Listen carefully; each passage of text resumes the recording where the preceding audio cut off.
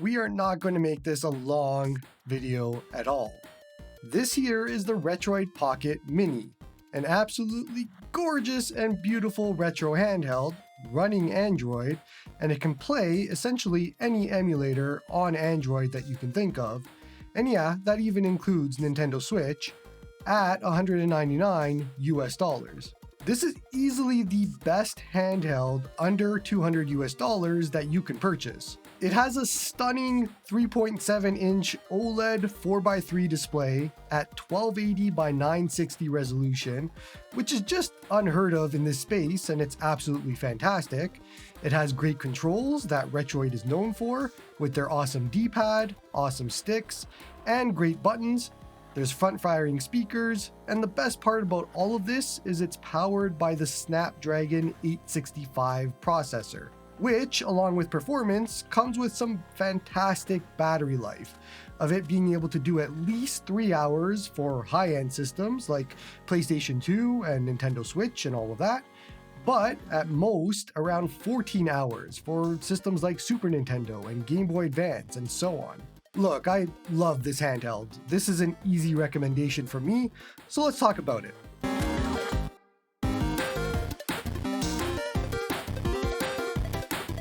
Hey everyone, and welcome back to Joey's Retro Handhelds. I'm Joey, and today we're going to be doing a review of the Retroid Pocket Mini. And even here, you can just see how beautiful it looks. It is fantastic. I'm enamored with this device right now. This is a beautiful device through and through, and I'm sure it came through in the intro. And if it didn't, yeah, this is just beautiful. The screen, like the bezel, yeah, it's not usual for me to love a device like this as much as I do with this. So if you've been following my channel, you know how rare this could be. Let's talk about it. Also, it's been a few weeks since I've done this, so let's see if I remember how to do this, because coming back from a 3-week vacation to Europe, and I'm out of my element a little bit. So give me some slack if some things are a little off today. First up, if you've been in my Discord, you know that I have my own war going on right now for secondary handheld to my Asus ROG Ally X. Since I just like carrying a smaller handheld around with me all the time and just throw it into my sling bag and it comes with me everywhere I go. Yeah, that's right. Despite having all of these handhelds around me and more that you can't even see, I really only use about 2 or 3 of them. And so right now that secondary handheld has been the AYN Odin 2 Mini, which I absolutely love. And I set it up right next to the Retroid Pocket Mini to see the difference. This comparison might not make a lot of sense to a lot of people, but for somebody who's trying to compare a few different handhelds for these purposes, it makes sense to me. It's not surprising to me that the Retroid is a lot more crisp and it has better viewing angles thanks to the OLED display, but the mini LED on the Odin 2 Mini still does win a little bit for outside gaming. Although the Retroid is no slouch in that department either, it is actually a lot better than IPS displays for outside, just given how bright it gets. Next up for me is another weird one, but it's the Ioneo Pocket Micro. And I'm going to be doing a full review on this shortly, but I have to say that the Micro has a fantastic IPS display. And while both of these have GBA color correction on, some weirdness is happening with my camera that makes the Micro colors different. In person, both screens look the same to me. In either event, the OLED still stands out, but I was shocked to see how close the Micro gets from a screen perspective.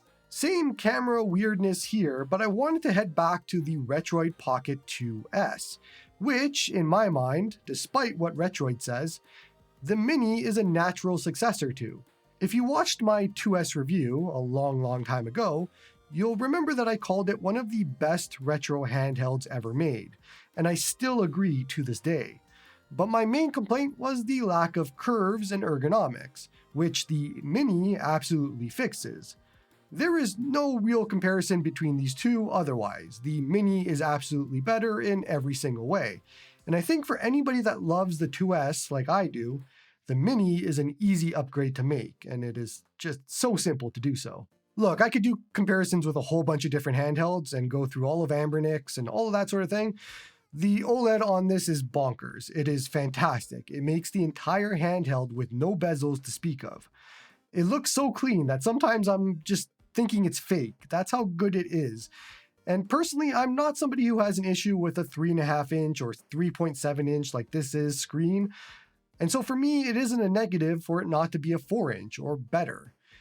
But if you're somebody who has those concerns, I don't think this is going to change your mind at all. It is still a 3.7 inch screen. That doesn't change. However, I will say that I was very surprised at how good content looks on this 3.7 inch OLED display, which could be the OLED, it could be the higher resolution, it could be a combination of both, but whatever it is, I find myself being completely fine playing really any system on here. And so we're going to start backwards here, and we're going to start with the high end, and we're going to look at Switch with Mario Wonder. And first, it was surprising how well that this played in standard profile mode with custom drivers. Turning on high performance mode seemed to maybe change some frame timing a little bit, but it honestly wasn't a massive difference. Not enough to deal with the fan noise of enabling high performance mode anyways, and we'll talk about that later. I'm only going to show one Switch game, but that should give you a pretty good idea of what this can accomplish performance-wise. GameCube is just an absolute joy on this. The colors pop, the games look super good, and in my mind, there is zero issues playing GameCube or Nintendo Wii, if you want to do that, on this with this screen size.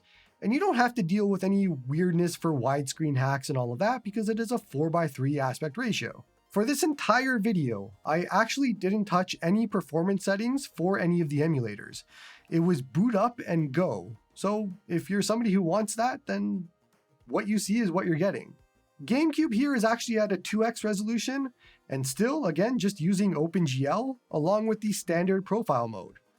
There is room to breathe here if you want to pump some numbers up, but for what this display can do, you're good with GameCube. You're perfect here. And you can even see that because I'm later on in Wind Waker in one of the harder to emulate spots in this temple, and all of the fire parts will make it dip just a little bit, but then it comes right back up and it is perfect. So again, GameCube, great here. PlayStation Portable is at a 4x resolution just for fun, and I still had an absolute ton of headroom, but there is no issues running PSP here. The main issue that people will have is running 16:9 content on a 4:3 display, which does make some text a little bit hard to read in games like Final Fantasy Tactics and story games like that. But again, it wasn't enough to bother me personally. Let me be clear here, I could easily use this handheld for every single playable system on Android and not bat an eye. However, that might change, and we'll talk about that a little bit later on. Nintendo 3DS is the last one I want to focus on, and the Link Between Worlds here. And look, it's the same dilemma that most of these devices have when it comes to 3DS. The second screen situation is going to be tough to deal with. Single screen games, go right ahead. It all plays just fantastic here. And this is at a 4x resolution using Vulkan, so I'm pumping this pretty hard. But swapping between screens isn't all that fun to me. So I would mostly just stick to single screen games for 3DS here. Then we get to PlayStation 2, and I don't like giving percentages when it comes to how much of a library is playable and all that sort of thing, because I think that just makes you look stupid. PS2 has a high number of games that require a lot of tweaks or changes, even on a high-end PC, never mind on devices like this. So ignoring all of the problem PS2 games, this is as good as it gets for power to screen and everything for a 4:3 aspect ratio device to play PS2 games on. Once again, I didn't touch any settings at all. It is actually still using OpenGL, and we're at a 2x resolution here. Burnout Revenge is perfect. Dragon Quest is perfect. These are games that usually have some trouble running, and they're games that are good to check because they can play, and there's no weird issues like Shadow of the Colossus or Dirge of Cerberus and games like that where you have to go in and make all sorts of changes. These are games where they don't really require changes and they are running fantastic here. Then just quickly, and once again thanks to a certain other company for having an awful Wi-Fi chip that they keep using, but I need to check the Wi-Fi on every device now. And the Mini has a great Wi-Fi chip for both range and speed, and that makes streaming easily accessible on this for both local and remote streaming. Then we have all of our other retro handheld systems, and obviously there is no issue here. Most of the systems are 4:3 aspect ratio anyway, and they fill out the screen really nicely and they look fantastic. No bezels and the OLED screen and the higher resolution, it is just beautiful. Throughout all of my time using this handheld, I've just been enamored with it. It is lovely to use. So I'm going to give you a quick section here of just listening to the device. We're going to hear the audio, then we're going to hear the buttons and how they all sound, and just give you some unfiltered footage of what it would sound like in your house to use this device.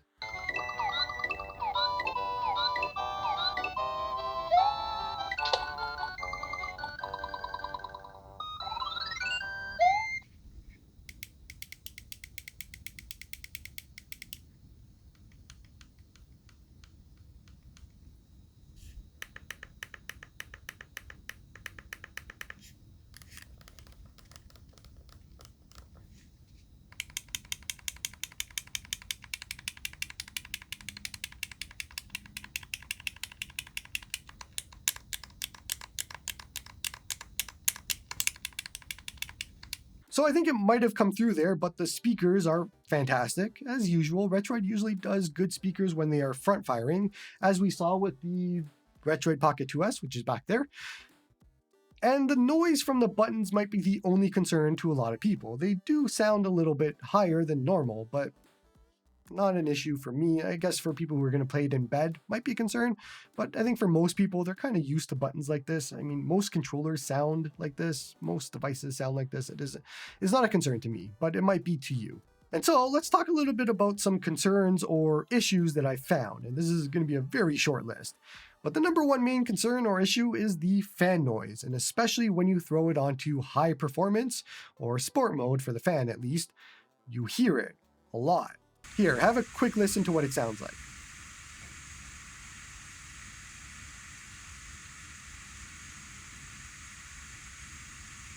And yeah, it is loud, it is obnoxious, it is pretty much in line with every other device when it comes to this. This is just the norm nowadays of what we have to deal with.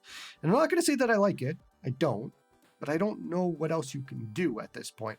There is a small number of devices that don't bother me on fan noise. The Asus ROG Ally X is one of them.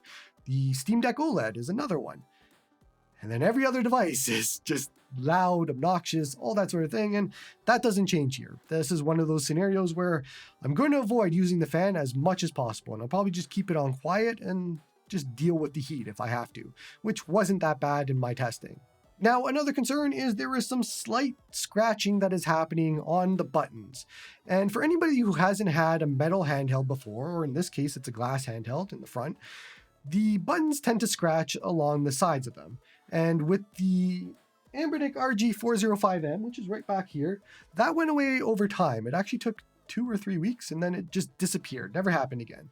So I think people who are familiar enough with those kinds of devices know that this isn't a long-term thing, but it's something you're going to deal with in a little bit. It's going to look ugly. It's going to be one of those scenarios, but I don't consider it a concern because we've seen devices like this in the past and it just goes away. Aside from all of that, there is only one other concern, and it is the Android 10. And it could be a limitation in a lot of different things in the future, maybe in a year or two or that sort of thing, but this is getting an upgrade to Android 13 soon. That's what Retroid has promised, and I wouldn't buy this based off promises, but they have said that, and usually they're very good at their word, but just letting you know. Right now, Android 10 just kind of has issues with one, Switch emulation, which you saw me playing it, so there is a workaround, and number 2, Wii U emulation, which I'm guessing will probably be fixed in the future. Aside from that, I haven't run into any weird hiccups lately. Pretty much everything seems to work. I'm using SyncThing, I'm using Solid Explorer, I'm using all of the normal apps that I usually do and haven't run into any problems. So just keep that in mind. Okay, so to me, this is probably one of the most complete, best handhelds that I've reviewed in a very long time. It is definitely one of those scenarios. I can look at all of this and I can't find major flaws in it. I really can't. I mean, a lot of people might say they wish it's a 4-inch screen, but that's a wish. When you see the device as it is, everything works. Everything is perfect. The D-pad is great. The buttons are great. The sticks are great. The screen is fantastic. The battery life is great. I'm not sure what I can point to dissuade anybody from buying this. And this becomes a scenario where you've probably heard me say this many times, but it's buy once, cry once. And I mean that in a different way here, where spend the $200 for a device like this that will pretty much fit in your pocket for the most part. It is small, it is comfortable, it is super light. We didn't even talk about that, but it is portable. And you could buy this and be done with this hobby as a whole. You could avoid all of those Anbernic H700 devices. You could avoid all of those Magic X scams. You could avoid all of those cheap POW kitties. I know, I'm staring at you. I know you have 4 different Anbernic devices staring at you right now, and you paid $50 each for all of them. This is the same price as all of those, and it beats them in every single way. That's what I mean when I say buy once, cry once. And this isn't me trying to shill this device specifically, but it is so good. And you know, from my history with Retroid, it is a love and a hate. I don't really like the 3 Plus or the 4 Pro or the 4 and all that sort of thing, but the 2S, the Flip are fantastic handhelds. This is one of those fantastic handhelds. Not sure what else you need here. I've just been in a funk lately, just due to all of the bad devices that I've had to review, and not bad all the time, but sometimes it's a scam, sometimes it's the 7th device with the same chip, sometimes it's all of that, and I've just been disconnected from those reviews lately. And then this came, and it just single-handedly made me remember that this hobby still has something to offer. It still has great things that show up, and this is one of those. This is a 10 out of 10, easy recommendation, all that sort of thing. But I brought up something earlier about size and all that sort of thing. If you didn't know, Retroid also announced the Retroid Pocket 5 that is coming in a few weeks, and I'll probably have one in my hands in a few weeks. And that is this, but bigger, with a 16:9 display, and all of the other internals are pretty much the same, but it's going to be slightly bigger. And now it becomes interesting because we have this, which is a 4x3 monster, and it is smaller and all of that. Then we're going to have a Retroid Pocket 5, which is about the size of a AYN Odin 2 Mini. And if you remember earlier, I'm doing a bit of a war, so I have all 3 devices to compare against. And what wins at that point? Because if the Retroid Pocket 5 is this, but bigger, and feels as good as this does, that is an easy win for Retroid. And if you're somebody who wants this specific size and knows that they want the specific size, buy this. You will not be unhappy with anything that you get here. But if there's something in the back of your mind that's nagging you, like it is me, of I wonder how that Retroid Pocket 5 is going to look, wait a few weeks and just see what that looks like, because I am in that boat. And it is a great boat to be in when we're comparing against 3 or 4 fantastic handhelds. But I'll let you know what my thoughts are, because I'm in that boat of what's better. I only want to have one of these. At the end of the day, I want either an Odin 2 Mini or Retroid Pocket Mini or a Retroid Pocket 5. That's it. That's my secondary device. So if you're looking for the best take on which one of those will win, stay tuned, I guess. But you know I'm going to say it. Retroid, if there was ever a time for you to make a Flip 2 using the Snapdragon 865, using the OLED from the Retroid Pocket 5, using all of the other internals from this is the time to make that Flip 2, because when do you guys see me smile in reviews like this? It is very rare. Just do it. Retroid Pocket Mini, Retroid Pocket 5, Retroid Pocket Flip 2. Just do it. And then I can just ride off into the sunset because I'm done. Anyways, buy the Mini if you want it. It is fantastic. I got nothing negative to say here. Don't forget to like and sub to help the channel grow. Come join me on the Discord to talk all about these retro handhelds, and just call me a shill if you want about all of this. Support me on Patreon if you like my stuff. And hope you all have a good one.